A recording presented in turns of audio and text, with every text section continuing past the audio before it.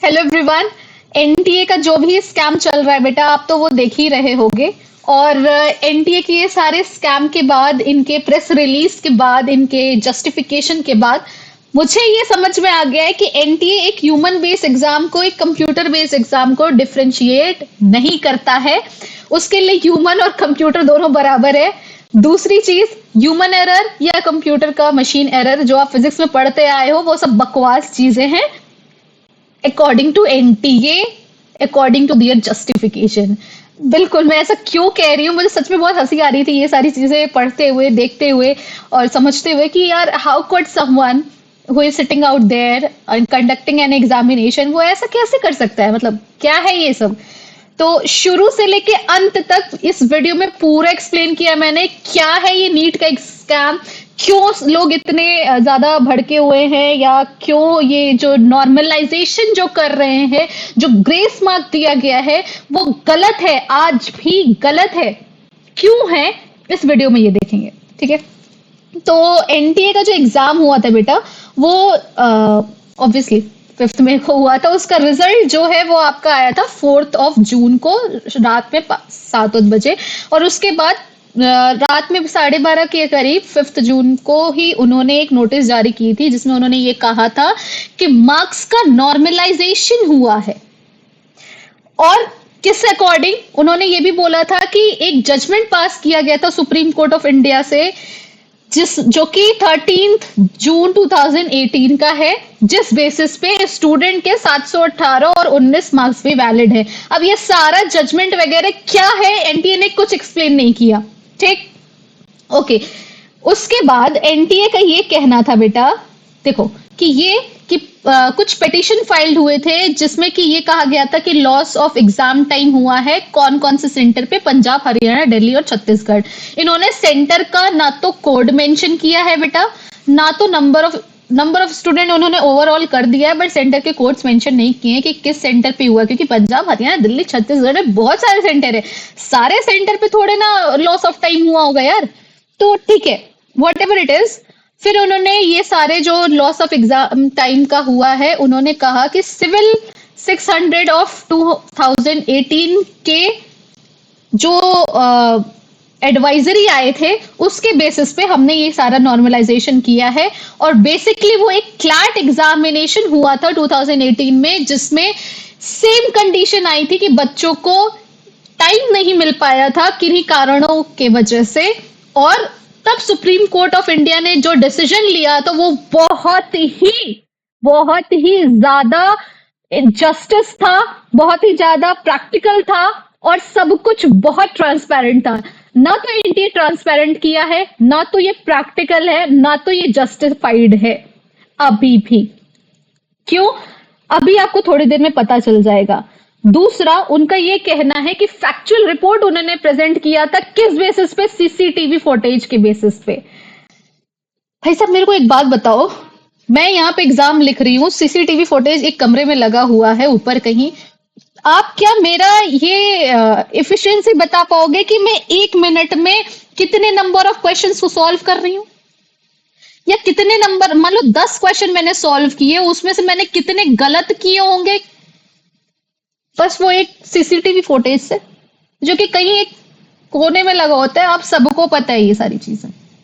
नहीं, तो एनटीए की सबसे बड़ी गलती जो हो रही है, एनटीए इज कंपेयरिंग एक CBT, that is computer based test, जो कि ऑनलाइन मोड में होता है, वो कंप्यूटर बेस्ड टेस्ट को एक ऑफलाइन ह्यूमन, जो ऑफलाइन होती है ह्यूमन वाली जो टेस्ट होती है, ऑफलाइन ह्यूमन बेस्ड टेस्ट कह लो यार, तो उससे कंपेयर कर रहे हैं। ये बहुत ही इम्प्रैक्टिकल है भाई साहब, कैसे कर रहे हो आप ये? क्यों है, देखेंगे अभी। उसके बाद अभी भी इन्होंने कहा कि 1563 कैंडिडेट्स थे जो कि कंपनसेट किए गए हैं, उनका मार्क्स जो है -20 से 720 मार्क्स तक वैरी कर रहा है। अभी भी ये इनवैलिड है भाई। क्यों इनवैलिड है? 1 मिनट रुक जाना बेटा, सब समझ जाओगे आप, बस ध्यान से इस वीडियो को देखना, और इसे प्लीज ज्यादा से ज्यादा लाइक करना, और इसे फैला दो यार, फैला दो, ताकि एनटीए को भी समझ में आए कि भाई साहब इतना प्रैक्टिकल तो क्लास 6 का बच्चा भी होगा, आप किस बेसिस पे ये कैलकुलेशन कर रहे हो समझ नहीं आ रहा है। ओके, यहाँ पे जो भी इन्होंने कंपेंसेटरी मार्क्स का बात किया है उसका कोई भी कैलकुलेशन अभी तक प्रोवाइड नहीं किया है। और ये सारी चीजें देखते हुए हमारे कैलकाटा हाई कोर्ट ने अभी कुछ नोटिस लॉन्च जारी की थी, जहां पे तन्मय चट्टोपाध्याय नाम से कोई है जिन्होंने पिटीशन फाइल की थी, और उसमें उसमें इन्होंने बोला है कि भाई साहब एनटीए आप जो भी कर रहे हो वो सरासर सच में गलत है। क्यों? क्योंकि आप एक ऑनरेबल सुप्रीम कोर्ट का जो जजमेंट है, जो petition civil number 600 of 2018 Akshat Agarwal versus Union of India के द्वारा जो केस हुआ था, उसके जजमेंट को आप यहां यूज कर रहे हो विदाउट एनी एफिडेविट। तो कैलकाटा हाई कोर्ट ने सिंपली ये कहा है कि 10 दिन के अंदर आप ये सारी चीजें, एफिडेविट जिस दिन से आपका ये सारा रिस्पॉन्स स्टार्ट हुआ है उसको रिकॉर्ड करिए, वो सारे एफिडेविट फाइल करिए, और आप ये बताइए कि आपने कैसे वो ग्रेस मार्किंग दी है।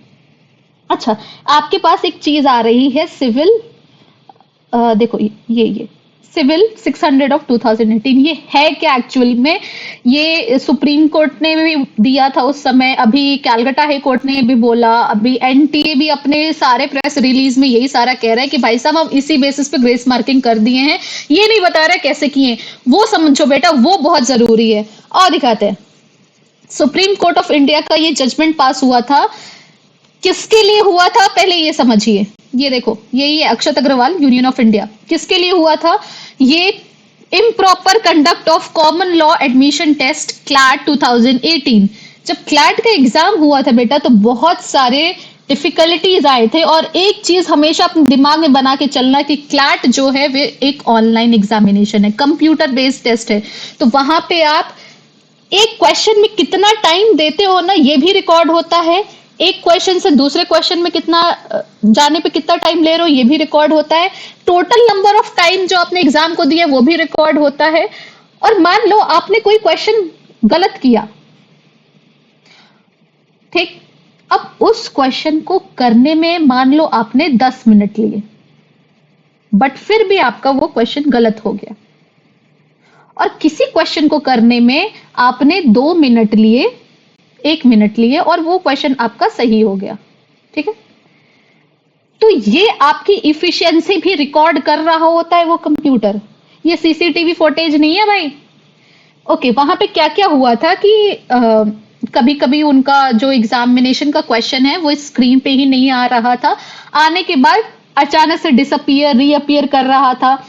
एक क्वेश्चन से दूसरे क्वेश्चन पे जब मूव कर रहे थे तो वो स्टॉप हो जा रहा था, ब्लैंक स्क्रीन हो जा रही थी, फ्रोज हो जा रही थी। इन्विजिलेटर्स के बारे में भी कहा गया था कि बहुत अनहेल्पफुल थे।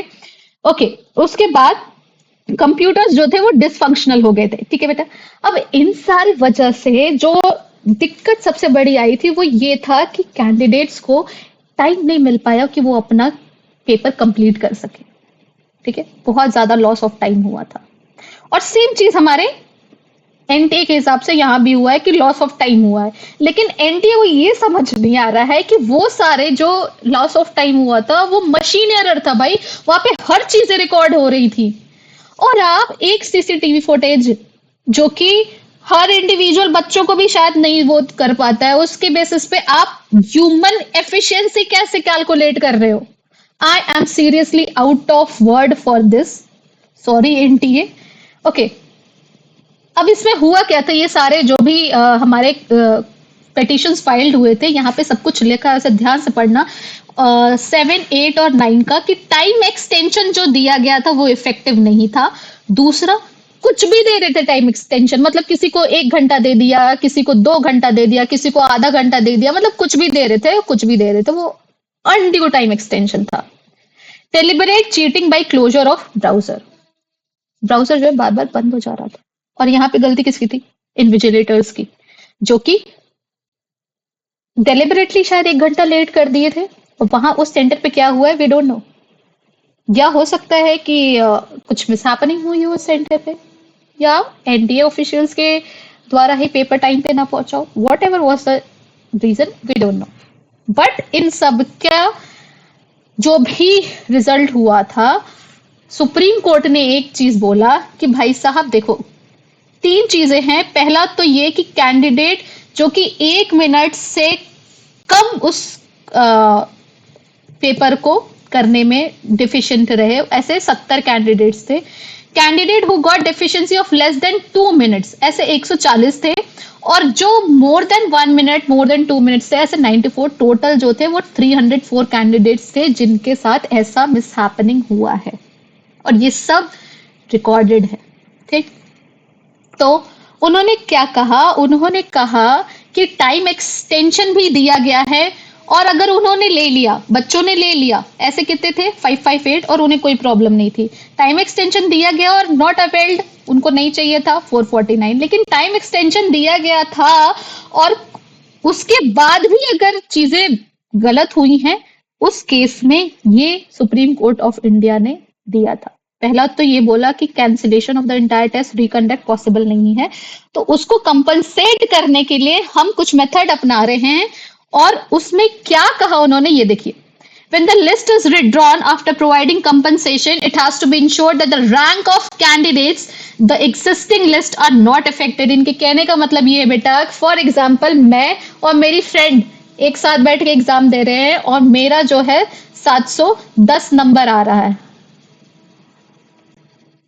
ठीक, मेरी फ्रेंड का मान लो कुछ भी 600 नंबर आ रहा है, और उसका एग्जाम छूट गया, या उसको ये लॉस ऑफ टाइम का इशू हुआ, और उसको भी ग्रेस मार्क्स देके 710 नंबर कर दिया गया है। तो प्रायोरिटी किसको दी जाएगी? एनटीए के हिसाब से मैं भी नंबर 1 पे हूं और ये भी नंबर 1 पे है, लेकिन सुप्रीम कोर्ट ऑफ इंडिया ने जो अपना ये फैसला सुनाया था, उसमें ये कहा था कि मैं अगर 710 नंबर अपने दम पे ला रही हूं तो मुझे 1A दे दीजिए, और मेरी फ्रेंड को जिसको आपने ग्रेस मार्क दिया है उसको 1B दे दीजिए।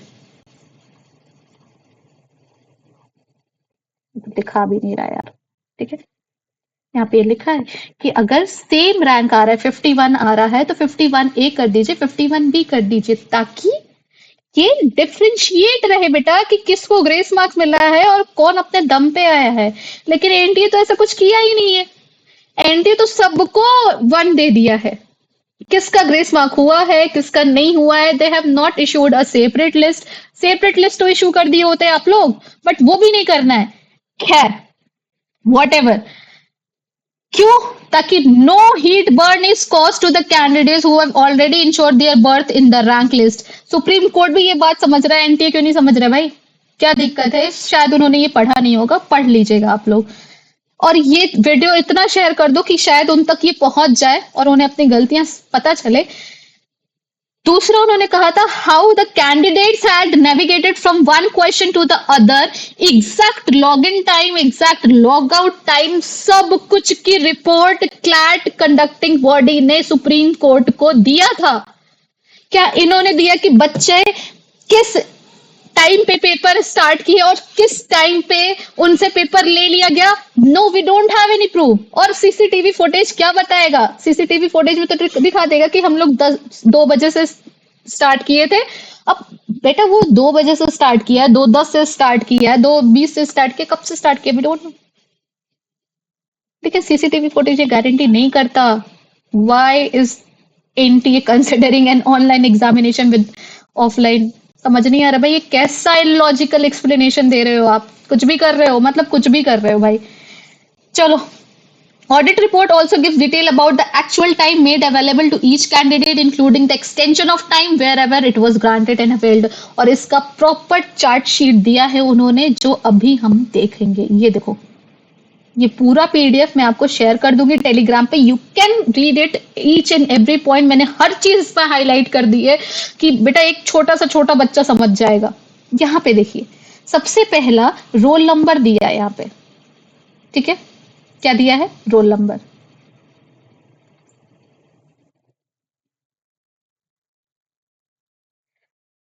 फिर नेम ऑफ द स्टूडेंट, ये चीज आपको नहीं दिख रही होगी साइड में, आपको जो दिखना है वो तो यहाँ पे शायद एटलीस्ट दिख रहा होगा कि जो लॉस ऑफ टाइम है वो यहाँ पे लिखा हुआ है 553।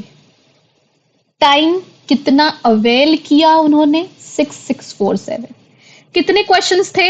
200 थे। कितना उन्होंने अटेम्प्ट किया था? 172। मान लो अगर उनको 553 टाइम एक्स्ट्रा दे दिया गया होता तो वो कितना कर लेते? 14 और कर लेते भाई। देखो यहाँ पे लिखा है additional question to questions the candidate would have answered had there been no time loss. अगर टाइम को लॉस नहीं होता तो वो कितना एडिशनल कर लेते? 14 क्वेश्चन और। अभी कितना करेक्ट किया था उन्होंने? 125। और कितना कर लेते? 14। ठीक है। तो रिवाइज मार्किंग स्कीम जो है बेटा, वो देखो revise number of question wrongly answered भी लिखा है यहाँ पे, revise number of question total भी लिखा है यहाँ पे, revise number of question correct भी लिखा है यहाँ पे। इनिशियल इन्होंने 172 किया था, हो सकता है ये 186 कर लेते। 125 सही था, 135 सही हो जाता। 47 गलत था, 51 गलत हो जाता। इसको कहते हैं नॉर्मलाइजेशन एनटीए, कि आप हर एक चीज को गहराई से मॉनिटर कर रहे हो। ओके, ठीक है। चलो अब स्कोर देख लेते हैं भाई। ओरिजिनल स्कोर आउट ऑफ 200 कितना आया इनका? 113.25। और ये सारा कैलकुलेशन लगाने के बाद, जो कि 553 सेकंड अगर उस बच्चे को मिले होते तो उनके स्कोर कितने आते? 122। डिफरेंस कितना आया? 9 नंबर का। एनटी ने क्या किया भाई? 100 नंबर ग्रेस में दिए। कैसे? मान लो कोई बच्चा बायोलॉजी पहले अटेम्प्ट कर रहा है, बायोलॉजी को अटेम्प्ट करने में हार्डली 40 मिनट्स लगते हैं sir, hardly 40 minutes. Physics chemistry ज्यादा टाइम टेकिंग होता है, तो आप बायोलॉजी फिजिक्स और केमिस्ट्री को सेम अमाउंट ऑफ टाइम कैसे दे रहे हो? ये कैसा नॉर्मलाइजेशन है? सबसे पहली बात सर, तो आप ये सीबीटी वाली चीजें जो सुप्रीम कोर्ट ने दी थी वो ऑफलाइन में तो नहीं कर सकते हो। कैसे आप एक एक चीज ऐसे कैसे मॉनिटर कर रहे हो कि लॉस ऑफ टाइम कितना हुआ हर एक बच्चे का? और यहाँ पे हर बच्चा सेम नहीं है सर। देखिए यहाँ पे 553 हुआ था, यहाँ पे 364 ही लॉस हुआ है। हर बच्चे का अलग अलग टाइम लॉस हुआ है, हर बच्चे का मार्क्स अलग अलग आ रहा है। और यहाँ पे ये बॉडी दिखा रही है, क्लैट ने दिखाया है, सुप्रीम कोर्ट ने ये मांगा था, आप भी ये चीज पेश करो, तब हम मान जाएंगे कि हाँ आपने फेयर एनफ किया है हर उस बच्चे के साथ। और जिस बच्चों को आपने ग्रेस मार्किंग दी है उस बच्चे की एक सेपरेट लिस्ट बनाई जाए कि these were the student which are given grace marks, और इनकी काउंसलिंग में उनका रैंक जो है आगे ए या बी या जो भी आपको करना है वो कर लो आप। अगर आप इसे फॉलो कर रहे हो, इस सिविल 600 2018 को फॉलो कर रहे हो, तो आप भी ऐसे करो कि ए और बी करो। आप भी ऐसे चार्ट शीट बनाओ ताकि हम सबको ये चीज दिखे, उन बच्चों को ये चीज दिखे, उन पेरेंट्स को ये चीज दिखे, हम टीचर्स को ये चीज दिखे। That means a normalization. How is this applicable? You are simply making joke of the entire examination body. We will not accept this. We will seriously not accept this. एक कंप्यूटर बेस्ड टेस्ट जहां पे आप हर चीज monitor कर रहे हो, और एक सीसीटीवी फुटेज से जहां पे आप सारे बच्चों को एक साथ एक ही तरह का ग्रेस मार्क दे दे रहे हो। मतलब वहां पे अगर 1563 स्टूडेंट थे तो सबको 100 नंबर का ग्रेस मार्किंग क्यों दे रहे हो भाई? क्यों? किस बेसिस पे? जो बच्चा शायद वो डिजर्व नहीं भी कर रहा होगा वो भी आज 100 नंबर लेके बैठा हुआ है, और जो बच्चा डिजर्व कर रहा था मे बी किन्हीं कारणवश, क्योंकि बहुत सारी चीजें होती हैं रैंक डिसाइड करने में, ये आप भी जानते हो, वो पीछे हो गया होगा। सबसे पहली बात, एक सेपरेट लिस्ट बनाइए। दूसरी बात, अगर नंबर सेम है दो बच्चों का जो कि ग्रेस के बिना और ग्रेस के साथ आया है, तो उन दोनों के रैंक्स के आगे mention it grace without grace. जैसे सीसीई पैटर्न हुआ करता था क्लास 10th में, जिसको ग्रेस मार्क दिए जाते थे ना, उसके ऊपर स्टार बना दिया जाता था। वैसे ही कुछ आप अपना सकते हो। If you don't have any idea, we are suggesting it just, okay. और ऐसे चार्ट शीट हमें चाहिए ताकि हम सब देख सके that yes you are very transparent, जैसे आपने अपने प्रेस रिलीज में लिखा हुआ है। आई होप कि मैं बहुत क्लियर एनफ हूं और ये चीज आप सबको समझ में आई है। बेटा ये जो चार्ट शीट है ना, ये आप अच्छे से देख लेना, अच्छे से समझ लेना। कैसे यहाँ पे इफिशिएंसी कैलकुलेट की गई है, देखो आंसरिंग इफिशिएंसी यहाँ पे लिखा है। मतलब एक बच्चे की आंसरिंग इफिशिएंसी 38 भी हो सकती है, 57 भी हो सकती है, 44 भी हो सकती है, अलग अलग हो सकती है। और ये बहुत अच्छा प्रैक्टिकल मेथड है सुप्रीम कोर्ट का, बहुत ही जस्टिस किया है, क्योंकि वहां पे कंप्यूटर बेस्ड टेस्ट था, हर चीज मॉनिटर हो रहा था। ये ऑफलाइन टेस्ट है, हर चीज कैसे मॉनिटर कर रहे हो आप, और सबको 100 नंबर कैसे ग्रेस दे रहे हो? Do something very practical. It is a request from you all, from the teachers, from the parents, from the student. Please share करो ये सारी चीजें, ताकि एनटीए को एटलीस्ट पता चले कि what is grace marking, what is the civil act 600 of 2018 that Supreme Court passed. क्योंकि एक चीज तो उठा ली ग्रेस मार्किंग वाली उन्होंने, बाकी सारी चीजें छोड़ दी हैं। शेयर करो और इस बेसिस पे आप अपनी लड़ाई लड़ो और मांगो उनसे ये चार्जशीट कि हाँ हमें चाहिए ये सारी चीजें, हमें चाहिए वो सारे डिफरेंशिएशन की हाँ ये ग्रेस मार्किंग से हुआ है, स्टारिंग लगा दो सर, जैसे सीसीई पैटर्न में लगाते थे। आई होप आप बच्चों के साथ तो एटलीस्ट फेयर एनफ जस्टिस करोगे। Waiting for your justice now. Bye bye.